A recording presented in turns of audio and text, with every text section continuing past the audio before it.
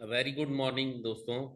आज हम ईडीएम के सब्जेक्ट में एंटरप्रेन्योरशिप में हम जो पढ़ने जा रहे हैं, तीन टॉपिक्स पढ़ने जा रहे हैं। Make in India, startup India, stand up India. आपने देखा होगा कि आजकल टीवी में, रेडियो पर और न्यूज़ में ये चीज़ें बहुत बार बार बोली जाती हैं। Make in India, startup India, stand up India. Now ये क्या चीज़ है, हमें थोड़ा सा इनका डिफरेंस पता होना चाहिए और इसमें क्या क्या बेनिफिट्स होते हैं, किसके लिए ये बेनिफिट्स हैं, एंटरप्रेन्योर को इसमें क्या फ़ायदा मिलने वाला, ये हमें पता होना चाहिए सो दैट हम एग्जाम्स में इसके बारे में बात कर सकें। मेक इन इंडिया में आपने देखा होगा इस तरह का एक शेर वाला लोगो जो है, वो बहुत सारी वस्तुओं पर हमें इंडिया में मिलता है जो आजकल कहीं बिक रही होती हैं, या कई डब्बों पे भी इस तरह का दहाड़ने वाला रोरिंग लॉयन टाइप का एक शेर होता है। ये लोगो कौन यूज करते हैं और कैसे यूज करते हैं वो हमें पता होना चाहिए। Now let us discuss about make in India. Make in India, the program was launched by our Prime Minister in 2014 to encourage the country to invest, the other countries to invest in the manufacturing sector in India. Now होता ये था कि India के लोग जो है बाहर से इंपोर्ट करते थे आइटम्स, जो कुछ ऐसी होती थी जो इंडिया में मैन्युफैक्चर नहीं हो पाती थी। तो प्राइम मिनिस्टर ने सोचा, सरकार ने ये सोचा कि बाहर के लोगों को यहाँ इनवाइट करके इंडिया में मैन्युफैक्चर करवाया जाए, मेक इन इंडिया करवाया जाए। उन्होंने एक स्लोगन इसके लिए रेज किया, zero defect zero effect. Zero defect zero effect का मतलब था कि जो कंपनियां हैं, मैन्युफैक्चरिंग कंपनियां, जिनकी जीरो या कोई भी डिफेक्ट नहीं है, वो यहाँ पर आए और यहाँ पे आके प्रोडक्शन करें, and the product is zero effect on environment and ecological environment. और जो वो प्रोडक्ट बनाएंगी वो जीरो इफेक्ट करेंगे एनवायरनमेंट पर। अब इसका रीजन क्या था कि ये क्यों हुआ?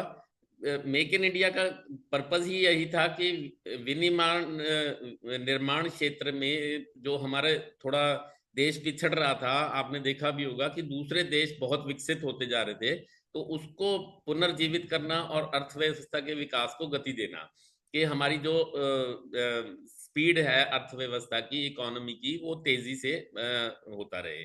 तो देश के ease of doing business index में सुधार करके विदेश के व्यवसायों को देश में निवेश और यहाँ निर्माण करने के लिए, प्रमोट करने के लिए कहा गया इसमें। तो इसका फायदा ये हुआ कि 2019 में ईज ऑफ डूइंग बिजनेस हमारा इंडेक्स जो है 23 अंक चढ़कर 77 पोजीशन पर पहुंच गया, और दक्षिणी एशिया में देखा जाए तो ये बहुत ऊंचे स्थान पर था। तो अब इसका लॉन्ग टर्म विजन क्या था? जो लॉन्ग टर्म विजन यही था कि भारत को धीरे धीरे एक वैश्विक विनिर्माण केंद्र या इंटरनेशनल मैन्युफैक्चरिंग हब बना दिया जाए, सो दैट दूसरे लोग यहाँ आके मैन्युफैक्चरिंग करें, और ये मैन्युफैक्चरिंग कहीं ना कहीं हमारे भी जो अर्थव्यवस्था है उसको विकास की गति देगा, और यहाँ पे रोजगार के भी अवसर बढ़ जाएंगे। अब ये 5 सितंबर 2014 को एक आयोजित एक प्रोग्राम में भारत में मेक इन इंडिया, भारत में बनाओ की शुरुआत की थी। इसका उद्देश्य वही मैंने बताया कि रोजगार को बढ़ाना और अर्थव्यवस्था की विकास करना। अब इसमें कुछ 25 क्षेत्र आइडेंटिफाई किए गए, 25 फील्ड आइडेंटिफाई किए जहां पर कौशल विकास पर ध्यान केंद्रित करना था।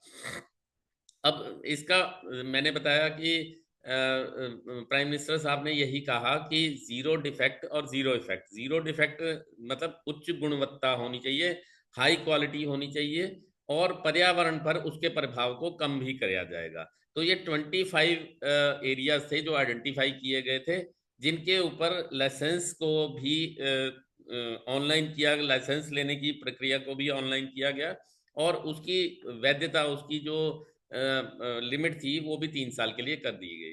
Now before 2014 it was the case कि रक्षा क्षेत्र में हम बाहर के लोगों को नहीं करते थे।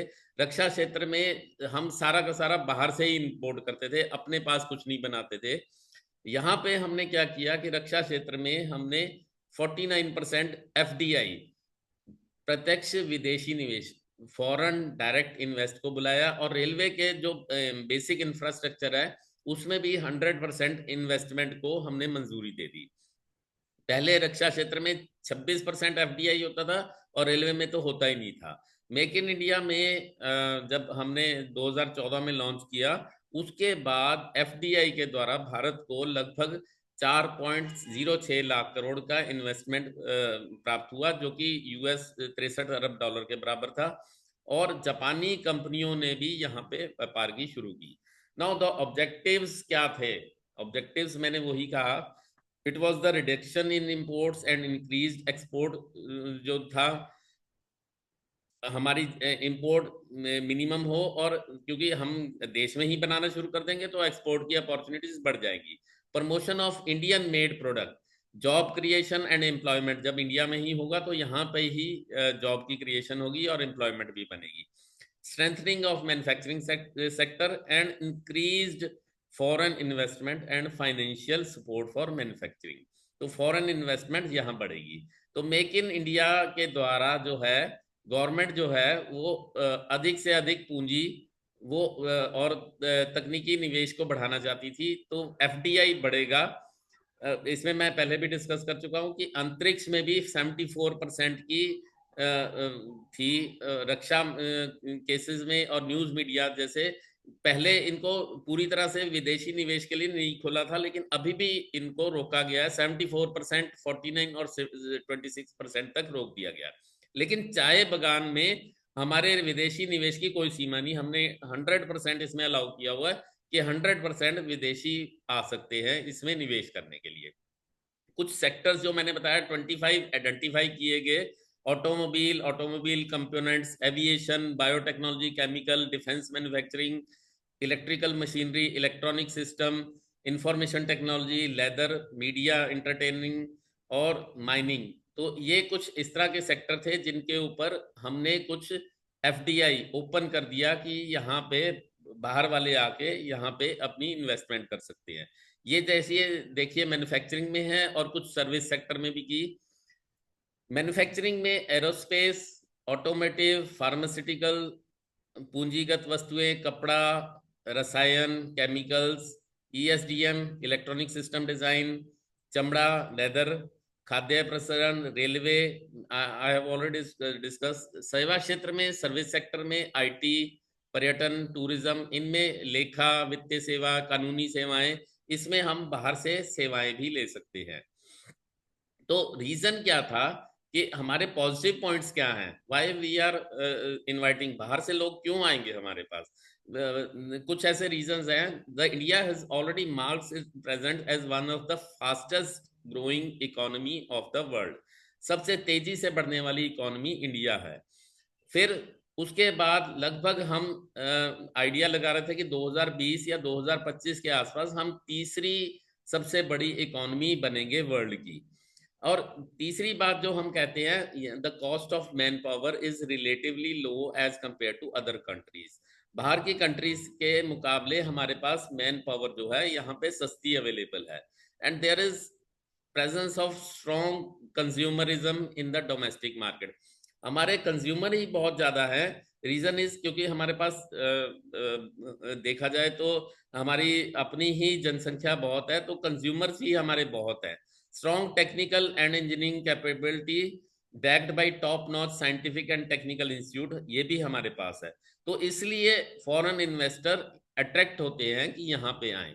तो अब ये लोगो यूज करने के लिए हमारे पास क्या प्रोसीजर है? इसमें हमारी रिक्वायरमेंट क्या है? First is you have the licence by registrar, ROC होना चाहिए, रजिस्ट्रार ऑफ कंपनी से लाइसेंस होना चाहिए, पैन कार्ड होना चाहिए, आईडी प्रूफ होना चाहिए, address proof, latest bank statement. Then why you are trying to use this logo, जो ये शेर वाला लोगो है, ये क्यों यूज करना चाहते हैं? पासपोर्ट फोटोग्राफ्स, डिजिटल सिग्नेचर, और अगर आपके पास कोई पेटेंट या ट्रेडमार्क है वो भी आपको स्पेसिफाई करना पड़ेगा इसके लोगों को लेने के लिए। अब ये करना कैसे है कि रजिस्टर कैसे करें? इसका ज्यादातर तरीका तो यही है कि सेल्फ सर्टिफिकेशन करनी है आपको लोकल कंटेंट के लिए। इसकी दो कैटेगरी हो सकती है। General, the applicant entity is Indian company, जब एप्लीकेंट एंटिटी, एप्लीकेंट जो है, जो कंपनी है, वो खुद ही इंडियन कंपनी है, तो उसको तो वो मेक इन इंडिया यूज कर सकता है। लेकिन अगर मान लो कोई इस तरह का आदमी है जो बाहर से आया हुआ है, तो वो लोकल सप्लायर यूज कर रहा है, local supplier uses local content of 50% of more, that means कम से कम वो 51% वो यूज कर रहा हो, लोकल कंटेंट्स यूज कर रहा हो, इधर लोकल रॉ मटेरियल यूज कर रहा हो, लोकल मशीनरी यूज कर रहा हो, लोकल जो मैन पावर है वो यूज कर रहा हो, तो वो क्लास 1 लोकल सप्लायर में आते हैं। तो वो अपने आप ही सेल्फ सर्टिफाई करते हैं कि मैं इसमें इतनी चीजें करता हूं, तब वो उसको यूज कर सकता है। नाउ स्टेट गवर्नमेंट और सेंट्रल गवर्नमेंट दोनों ने ही कुछ इसके इंसेंटिव दिए हैं। सेंट्रल गवर्नमेंट ने investment allowance at the rate of 15% दिया हुआ है। इंसेंटिव फॉर यूनिट सेटअप इन जो स्मॉल इकोनॉमिक जोन में है, ड्यूटी ड्रॉबैक, ड्यूटी एग्जम्पशन ये मिल जाता है, इलेक्ट्रॉनिक्स में मिल जाता है। स्टेट गवर्नमेंट ने भी कुछ दिया हुआ है, स्टैंप ड्यूटी एग्जम्पशन दिया है, रिफंड ऑफ वैट, वैट भी वापस मिल जाता है, और payment of electricity duty, duty not electricity bill, जो उसकी ड्यूटी एक्स्ट्रा होती है वो एग्जम्पशन हो जाती है। तो मेक इन इंडिया को सपोर्ट करने के लिए भी कुछ उन्होंने योजनाएं बनाई हैं, जैसे कि कौशल इंडिया या skill India, startup India, digital India, प्रधानमंत्री जनधन योजना। स्किल इंडिया, अब मेक इन इंडिया है तो हमें सबसे, क्योंकि हमारे पास मानव संसाधन बहुत ज्यादा है, हमारे पास अगर देखा जाए तो ह्यूमन रिसोर्स बहुत ज्यादा है, अब लेकिन वो टेक्निकली क्वालिफाइड नहीं है, उनके पास स्किल नहीं है। तो स्केल करने के लिए हमारे पास, क्योंकि ये अगर एक डेटा देखे तो लगभग 2% ही लोग हैं जो हमारे इसमें उपलब्ध हैं। स्टार्टअप इंडिया हम आगे भी पढ़ेंगे कि ऐसा है, एक कार्यक्रम है जिसमें हम बड़े पैमाने पर रोजगार पैदा करेंगे, नए से नए पैमाने पर रोजगार करेंगे पैदा। डिजिटल इंडिया, ज्यादातर हम डिजिटल ट्रांसमिशन करेंगे, डेटा का, मनी का, और एनीथिंग वॉट एवर हम डिजिटल इंडिया को से यूज करेंगे। प्रधानमंत्री जनधन योजना आपको पता ही है कि हम जितना भी मनी ट्रांसफर है वो बैंकिंग के थ्रू कर रहे हैं, तो इसीलिए जितने जमा खाते होंगे तो उससे क्रेडिट, बीमा, पेंशन वो सारे ही बैंकिंग के थ्रू होंगे, सो दैट इजीली होंगे, बजाय इसके कि आदमी लाइन में लगेंगे और वो फाइनेंशियल ट्रांजेक्शन्स करेंगे। स्मार्ट सिटीज, पूरी जो 100 स्मार्ट सिटीज बनाई जाएंगी। कुछ इसी तरह से अटल मिशन बनाया गया है कि बड़े शहरों को चेंज करना है, 500 शहरों को। स्वच्छ भारत अभियान एवरीबॉडी नोज क्या है। सागरमाला परियोजना, इसमें बंदरगाह जो है उनको विकास करना, ताकि उनके थ्रू भी बाहर का बिजनेस आए। देन अगला आ जाता है startup India, stand up India. No, startup India, stand up India मिलते जुलते नाम भी हैं, लेकिन दोनों में भी कुछ फर्क है। What is startup India? अब स्टार्टअप होता क्या है, पहले तो थोड़ा दिमाग में ये आ जाता है स्टार्टअप क्या है। A startup is an organization dedicated to creating something new under conditions of extreme uncertainty। कुछ ऐसे संगठन या कुछ ऐसे बिजनेस जो कि बहुत ही मतलब अंधेरे या धुंध वाले एरिया में कुछ नया बनाने की, जिसका कुछ फ्यूचर नहीं पता कि क्या होना है, होगा भी या नहीं होगा, उसके लिए समर्पित है। तो startup usually involves innovation. Innovation means कुछ ना कुछ उसमें नया होता है, नई चीज होती है जो कि किसी ने सोचा ही नहीं होता। Offering a new concept of something that is not widely available. अभी मार्केट में ऐसी कोई चीज है ही नहीं है। जब मार्केट में कोई चीज ही नहीं है तो वो एक नई इनोवेशन होती है, आदमी नया सोचता है कि यार ये नया करना है मैंने। तो स्टार्टअप उसको कहते हैं जो एक नया आइडिया को यूज करता है। Startup is a scalable business model with innovative idea. Scalable, scalable means कि जितना उसमें गुड़ डालेंगे उतना और मीठा हो जाएगा। अगर मेरे पास आज 1 लाख रुपए है, तो 1 लाख से मुझे 1,000 फायदा हो रहा है, इसका मतलब 10 लाख डालूंगा तो 10,000 फायदा होगा, मल्टीप्लाई हो जाएगा, स्केलेबल, स्केल हो जाएगा। एंड देन दूसरी बात मैंने कह दी कि इनोवेटिव आइडिया होना जरूरी है। इनोवेटिव, कोई नया आइडिया होना चाहिए जो मार्केट में अभी किसी ने यूज ही नहीं किया हुआ है, जो अभी भी मतलब अंधेरे में है कि शायद वो सक्सेसफुल होगा या नहीं होगा। देन दूसरी कंडीशन है, it should not be older than 10 years. पहले इसकी 5 साल की कंडीशन थी, अब इसकी 10 साल की कंडीशन है। Then turnover should not exceed 100 crore. अगर टर्नओवर 100 करोड़ से ज्यादा हो जाता है फिर स्टार्टअप की कंडीशन में नहीं आता, फिर वो एक बिजनेस बन जाता है। तो startup India is to help young entrepreneurs develop unique business idea. एक बिल्कुल अनोखा तरह का, नएपन तरह का, वो इस तरह का आइडिया होगा और बिजनेस को ग्रो करेगा। अब आप कहेंगे एंटरप्रेन्योर भी तो लगभग यही होता है, वो भी कुछ ना कुछ नया आइडिया लेते हैं।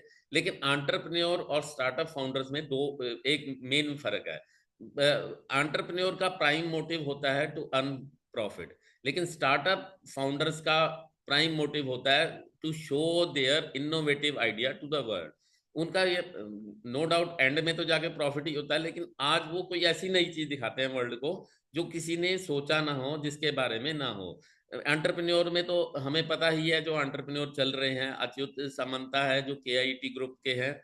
अब ना ओला ओला कैब्स का फाउंडर भविष्य अग्रवाल जो है वो स्टार्टअप फाउंडर में आते हैं, क्योंकि ओला जो है विद इन 1 ईयर वो एकदम से मल्टीप्लाई होती चली गई। और उसमें जो व्हाट वी हैव लर्न कि ओला के पास तो कोई कार नहीं थी, कोई बाइक नहीं थी, लेकिन वो बिजनेस ऐसा स्केल हुआ जिनके पास कारें थी वो बीच में जुड़ते चले गए। आज भी शायद उनके पास कोई व्हीकल नहीं है, अभी ऐड करने शुरू किया, लेकिन पहले उनके पास कोई नहीं थे।